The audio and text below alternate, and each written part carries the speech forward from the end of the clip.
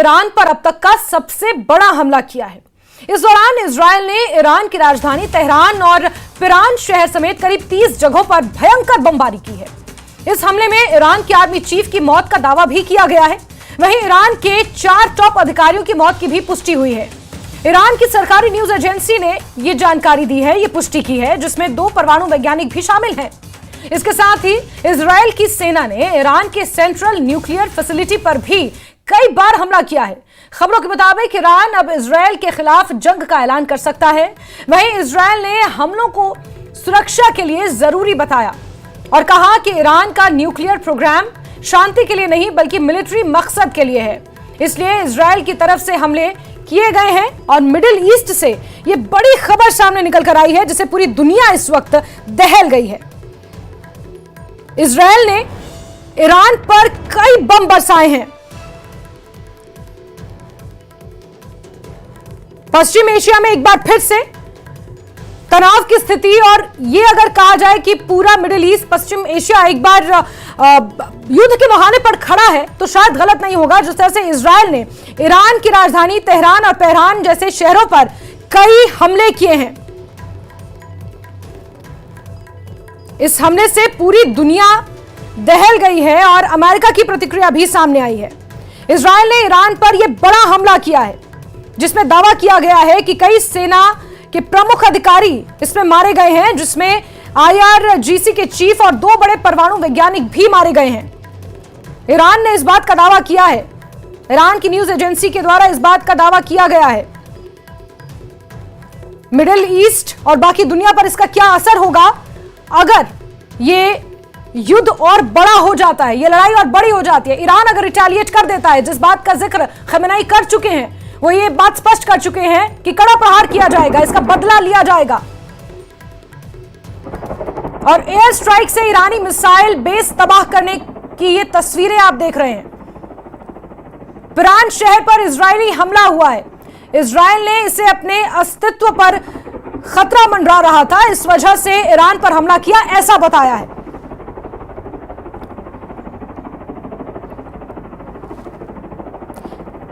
Iran की राजधानी Tehran और कुछ दूसरे इलाकों में ये हवाई हमले किए गए हैं। ऑपरेशन राइजिंग लायन इसे नाम दिया गया है। इस हमला करने के बाद बेंजामिन नेतन्याहू ने एक बाकायदा आधिकारिक बयान भी जारी किया।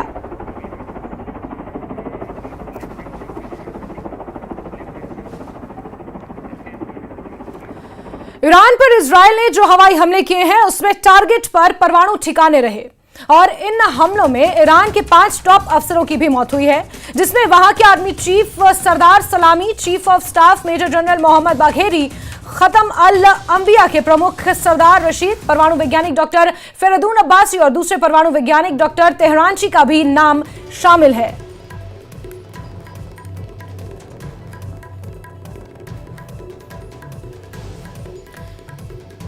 तो इजरायल ने ईरान के परमाणु और मिसाइल सेंटर्स को टारगेट किया है।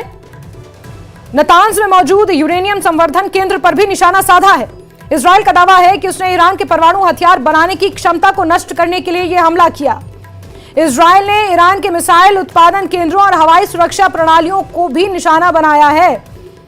तेहरान में IRGC मुख्यालय पर हमला हुआ, इस बात का दावा ईरान की तरफ से किया गया है। इस बीच ईरान पर हमले को लेकर इजरायल ने बड़ा बयान दिया है, बड़ा बयान सामने आया है।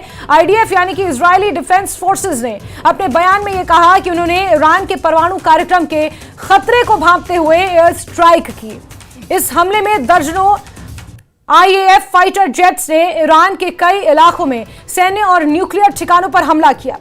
IDF के मुताबिक ईरान आज परमाणु हथियार के सबसे करीब है और यह इजरायल समेत दुनिया के लिए अस्तित्व का संकट है। इजरायल ने कहा कि वो अपने नागरिकों की सुरक्षा के लिए हर जरूरी कार्रवाई करता रहेगा, आगे भी इस तरह के हमले होते रहेंगे, ये इजरायल ने स्पष्ट किया है। Moments ago, Israel launched Operation Rising Lion, a targeted military operation to roll back the Iranian threat to Israel's very survival. This operation will continue for as many days as it takes to remove. Benjamin Netanyahu का यह आधिकारिक बयान सामने आया। उन्होंने यह स्पष्ट किया कि इस तरह के हमले होते रहेंगे आगे भी और इजराइल के हवाई हमले पर ईरान ने बड़ा हमला बोला है। ईरान के सर्वोच्च नेता ने धमकी देते हुए कहा कि इजराइल ने घिनौना अपराध किया है, हम इजराइल को कड़ा और बड़ा जवाब देंगे। हालांकि इस दौरान खमेनेई ने यह माना कि इजराइल के हमले में ईरान के कई कमांडर और वैज्ञानिक शहीद हो गए हैं।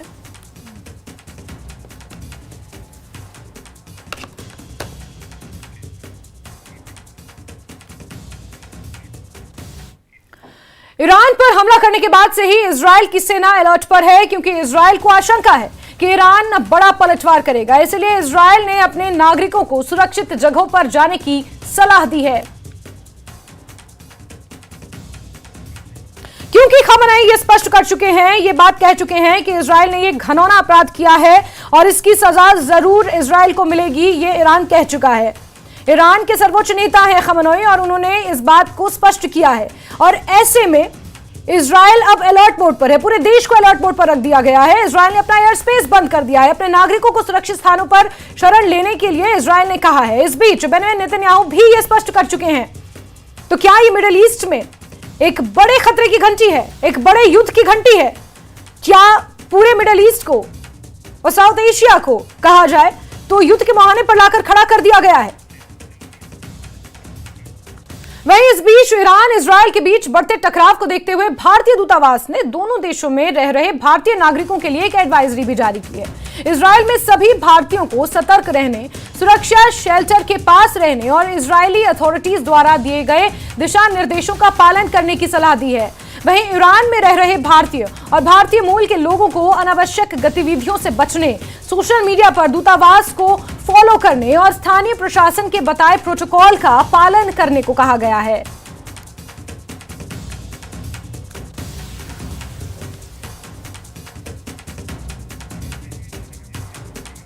तो दुनिया इस पूरे हमले से दहल उठी है।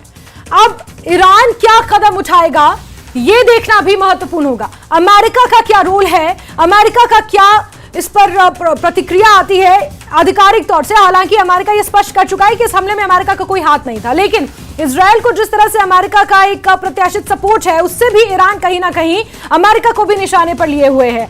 ऐसे में जो भारतीय मूल के निवासी ईरान या फिर इजराइल में हैं, उन्हें भारतीय दूतावास की तरफ से जानकारियां साझा की जा रही हैं, उन्हें एडवाइजरीज दी जा रही हैं कि अनावश्यक यात्रा करने से बचें। जो वहां पर दूतावास हैं उन्हें फॉलो किया जाए और उनके दिशा निर्देशों अनुसार ही आगे बढ़ा जाए।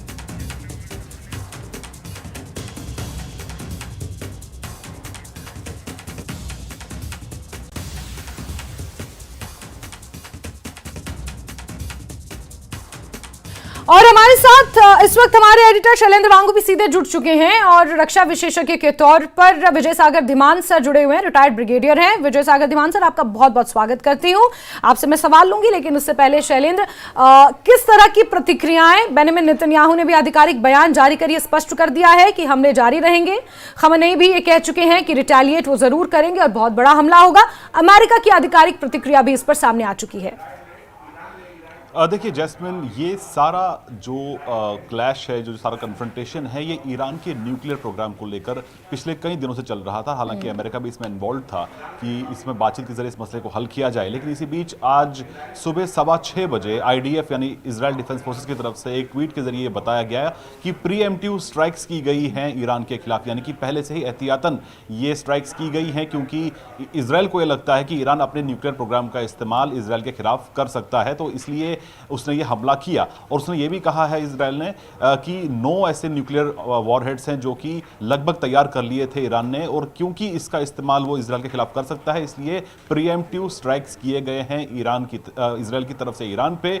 और ऐसे में ये एस्केलेशन आगे बढ़ सकता है, क्योंकि ईरान के जो सुप्रीम कमांडर अयतुल्लाह खमैनी हैं, उनकी तरफ से कहा गया है कि इसकी कड़ी सजा दी जाएगी इजराइल को। हालांकि इस पूरे मामले से अमेरिका ने खुद को दूरी कर ली है, अमेरिका ने दूरी बना ली है। अमेरिका ने कहा है कि ये इजराइल का यूनिलैटरल यानी एक तरफा फैसला था, इसमें अमेरिका का कोई रोल नहीं है। लेकिन साथ ही साथ अमेरिका ने यह भी धमकी दे डाली है कि American forces, American assets, American interest के खिलाफ कोई कार्रवाई ना की जाए, क्योंकि अमेरिका इसमें इन्वॉल्व नहीं है। हालांकि इस पूरे रीजन में जो अमेरिकन फोर्सेज का डिप्लॉयमेंट है, जो उनके बेसिस हैं, वहां पर भी अलर्ट कर दिया गया है ताकि इस तरह की किसी भी स्ट्राइक से बचने के लिए जो भी तमाम एहतियात उनको बरता जाए। साथ ही साथ इस पूरे मामले को लेकर भारत ने भी अपना रुख साफ किया है।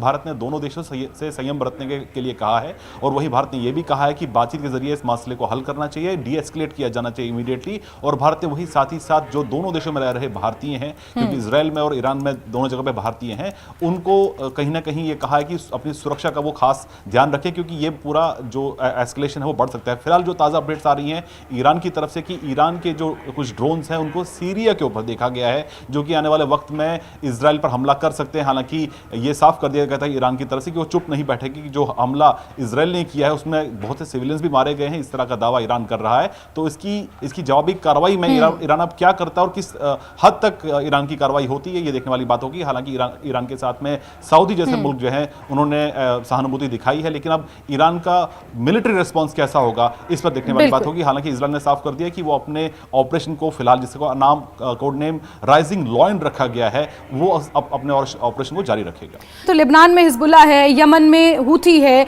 और फिर सीरिया इराक में ईरान समर्थित मिलिशिया है। इसके साथ पूरे क्षेत्र में युद्ध की आशंका और बढ़ जाती है, तनाव की स्थिति और उत्पन्न हो जाती है। देखिए, सबसे पहले आप देखिए कि इस सारी झगड़े की जड़ क्या है। सारे झगड़े की जड़ शुरू होती है जब हमास का हमला होता है इजराइल के ऊपर और इजराइल उसको रिटेलिएट करता है। तो ये शुरू जंग होती है इजराइल और हमास की, परंतु इसमें जो बाकी लोग जुड़ते हैं, हिजबुल्लाह, हूती, वो सब ईरान सपोर्टेड है। तो ईरान वैसे भी आइडियोलॉजिकली इजराइल के अगेंस्ट है शुरू से ही, और उनकी हमेशा कोशिश रही है कि यहूदियों को दबाया जाए और यहाँ पे पैलेस्टीनियन को उनका हक दिलाया जाए। तो इस किस्म की संख्या चल रही थी और ये सारी कंपाउंड होती है अमेरिका की एंट्री के साथ। तो अभी इजराइलियों ने एक वाव ली हुई है कि हमने ईरानियंस को न्यूक्लियर बॉम्ब नहीं लेने देने, क्योंकि Israelis are declared nuclear state, Iranians are not. पर उनका जो न्यूक्लियर प्रोग्राम चल रहा था वो एक बड़े ही घातक तरीके से चल रहा था। तो ईरानी हर बार कहते थे ईरानियंस कि हमारा जो प्रोग्राम है वो पीसफुल पर्पसेस के लिए है। पीसफुल पर्पसेस में आपको 3.27% एनरिचमेंट की इजाजत है, पर ईरान ने ऑलरेडी 60% से भी ज्यादा कर ली थी और न्यूक्लियर बॉम्ब के लिए हमको 89% चाहिए।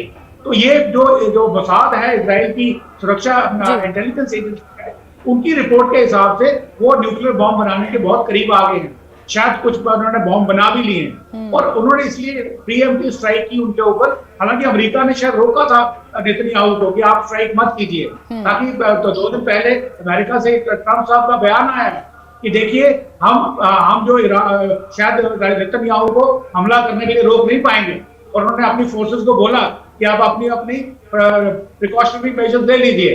और अभी भी जब हमला हुआ है तो उन्होंने एकदम से मार्को रूबियो का बयान आया है कि ईरान के लिए, देखिए इसमें हमारा कोई हाथ नहीं है और इसलिए आप हमारे किसी भी मिलिट्री बेस पे या हमारे किसी भी टारगेट पे अटैक नहीं करेंगे, क्योंकि हमने आपके ऊपर अटैक नहीं किया है।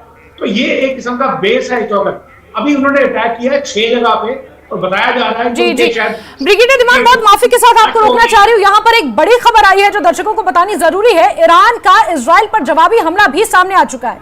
इजरायली सेना के प्रवक्ता ने यह दावा किया है कि ईरान ने 100 से ज्यादा ड्रोन से हमला किया है। पिछले कुछ घंटों में इजराइल पर अटैक हुए हैं। इजराइल डिफेंस फोर्स यानी कि आईडीएफ ने पुष्टि की है कि ईरान ने परमाणु स्थल पर हमले के जवाब में इजराइल पर 100 से ज्यादा ड्रोन दागे हैं।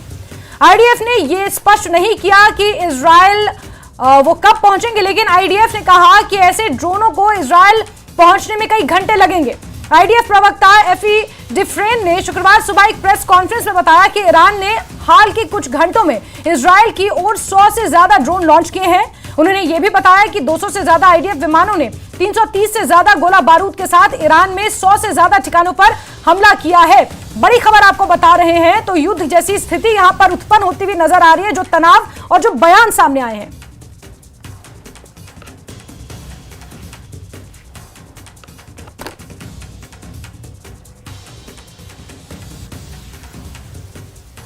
נמצא בכוננות גבוהה ומגבש תמונת מצב כל העת. בשעות האחרונות איראן שיגרה מעל 100 כלי טיס בלתי מאוישים משטחה לעבר שטח מדינת ישראל. כלל מערכי ההגנה פועלים לירות האיומים. חשוב לשמור על הנחיות פיקוד העורף, הן מצילות חיים. הלילה יצאו לתקיפה 200 מטוסי קרב והטילו מעל 330 חימושים שונים. במהלך הלילה נתקפו מעל 100 מטרות ברחבי איראן, ובתוכן בכירי המטה הכללי האיראני ומובילי תוכנית הגרעין. כעת אני יכול לאשר כי בתקיפה חוסלו בכירי ההנהגה הביטחונית של המשטר האיראני. और तमाम लोग हमारे साथ लगातार जुड़े हुए हैं। आबिद बडगाम से हमारे साथ जुड़ चुके हैं। लेकिन शैलेंद्र, जो ये अभी खबर निकलकर सामने आई है, आईडीएफ खुद इस बात को मान रहा है कि ईरान ने जवाबी हमले करने शुरू कर दिए हैं। क्या अपडेट्स हैं इसको लेकर?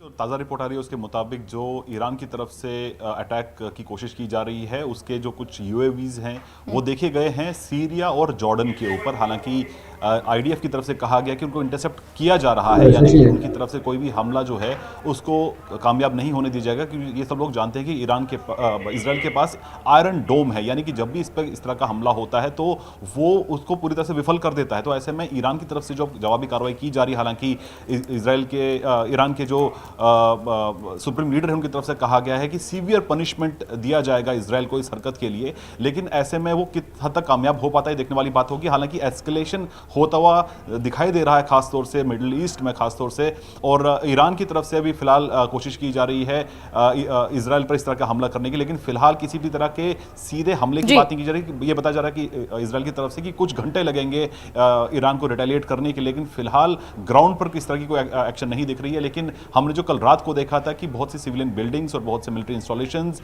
और जो न्यूक्लियर जो पॉइंट्स हैं, उनके जो एसेट्स हैं, उनको टारगेट किया गया, जिसमें कामयाब रहा है इजराइल। लेकिन अब इसका जवाबी कार्रवाई कैसी होती है, या एस्केलेट कर पाता है नहीं कर पाता है ईरान, ये देखने वाली बात होगी। लेकिन टेंशन फिलहाल पूरे इस क्षेत्र में बनी हुई है, जिसका सीधा असर भारत पर भी पड़ रहा है। और हमारे पास जो खबर है उसके मुताबिक जो एयर इंडिया की फ्लाइट्स हैं, जो इंडिगो की फ्लाइट्स हैं, उनको डाइवर्ट कर दिया गया है, कि पूरा एयर स्पेस जो है ईरान का, इराक का, उसको पूरी तरह से बंद कर दिया गया है। वहीं इजराइल के ऊपर से भी फ्लाइट्स फिलहाल नहीं जा पा रही। तो ऐसे में इसका असर कहीं पर भारत पर भी हो रहा है, एविएशन सेक्टर पर खासतौर से। तो ऐसे में नजर भारत भी बनाए हुए, और भारत ने भी दोनों देशों से यह आग्रह किया है कि इसको डीएस्केलेट किया जाए, इसको एस्केलेट ना किया जाए, बातचीत के जरिए इस मसले को हल किया जाए। ठीक है शैलेंद्र, आप बने रहिए।